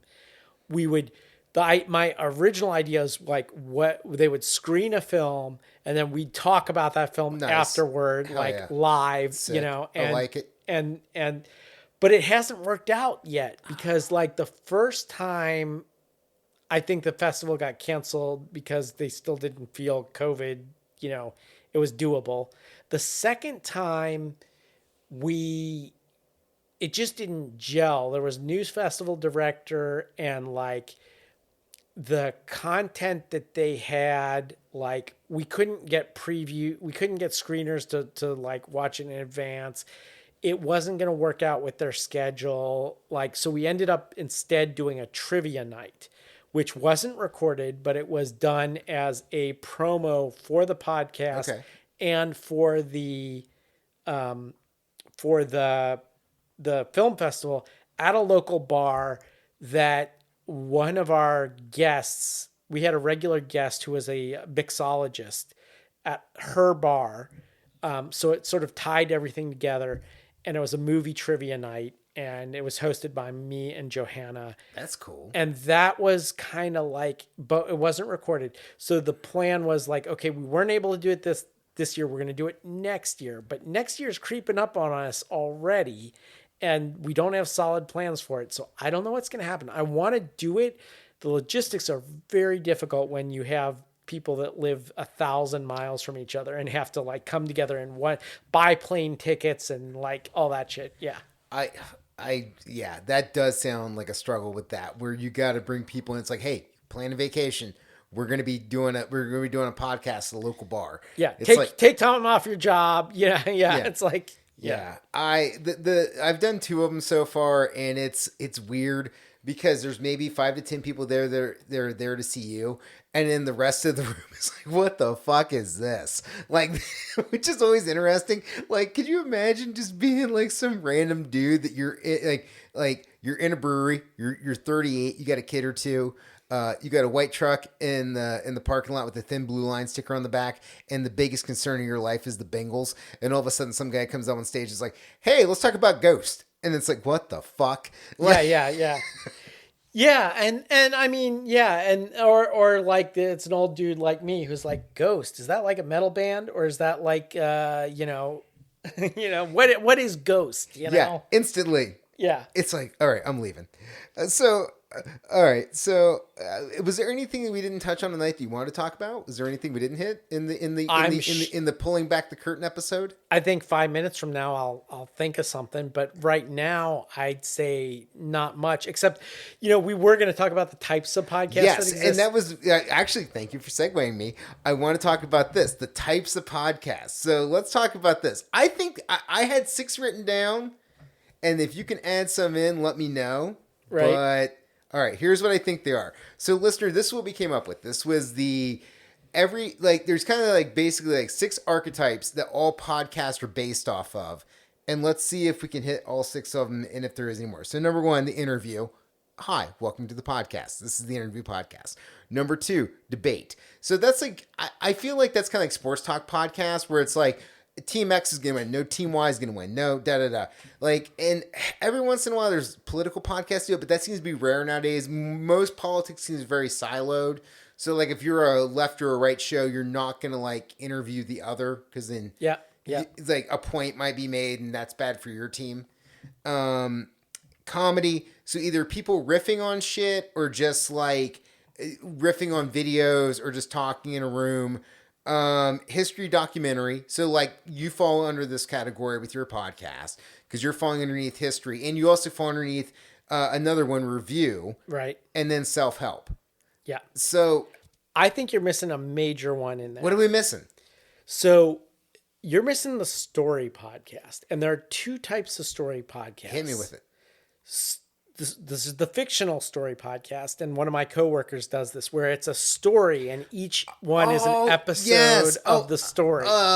It's Alive, where it was. There was like a zombie podcast, Yeah. where they had like Foley artists and shit and all that stuff. I'll give a shout out to my coworker Courtney, and hers is called "The Way We Haunt Now," and it's a ghost story, and each one's an episode in the story, That's a major one I missed. and they're actors and stuff like that. And the other side of that is the true story and true crime, like the entire podcasts were going okay, but not really. The whole podcast revival, I think we owe a lot to Serial, and Serial was a true crime podcast that sort of revived podcasting in general. And like now true crime is always at the top of podcast charts. Like I throw true crime underneath history or documentary because I always feel like a bunch of true crime is normally like kind of an account of what happened and then them talking about it in depth.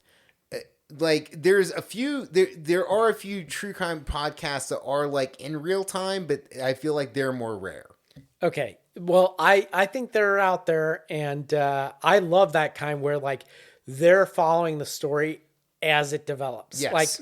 Like there's somebody in jail who may or may not have done it, and like and they go to the actual courtroom and stuff like that. True crime is they're like the golden child when it comes to podcasting. Like they get download numbers like we could only dream of. Yeah. Now I don't do that because I'm not a crime reporter, and I don't have the time for that, and I don't have. You're dealing with real people's lives, so you don't want to like say something that's not true. It takes a lot of Right. research. Yes. Like I don't have the ability to do a true crime podcast, but my God, would I love to, because like they have built-in audiences. They're fascinating. True crime is fascinating. And, but yeah, anyway, I lump true crime under story. I call it the story podcast, and there are two kinds, the true story and the fictional story. And true crime is one of the true story type podcasts. Yeah. Yeah, true crime is definitely something that's definitely benefited from podcasts. It's wild, like how big the genres have become. Because I was always interested in true crime when it was on A&E and shit like that. Back in the day, or you Forensic Files, man. Yeah. And it was just like, oh, let's check this out. But man, I don't know why that was the thing that blew up for podcasts, but it's fucking everywhere now. Yeah. Yeah.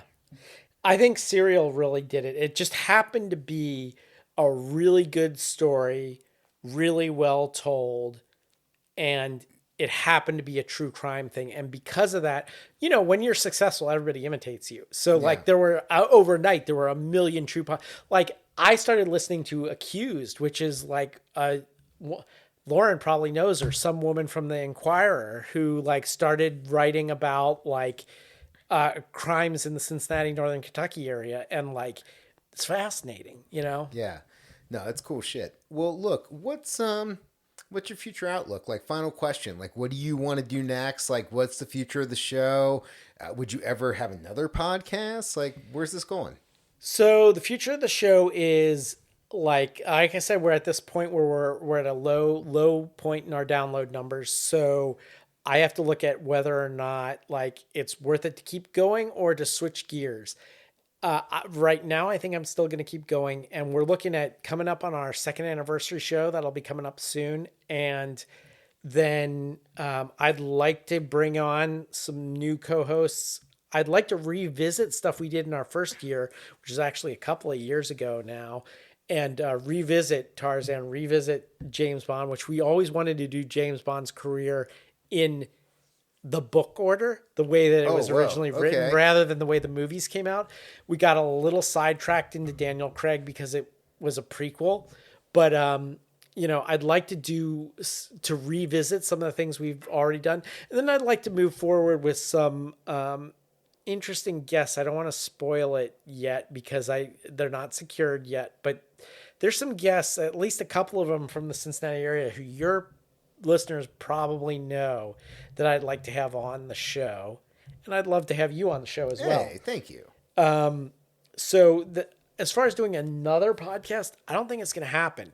After this one runs its course, which everything does sooner or later, whether that be 5 years, 10 years, 20 years, or next year, I don't know that I'll launch another one, but I won't say that I won't either if like a really cool idea comes up.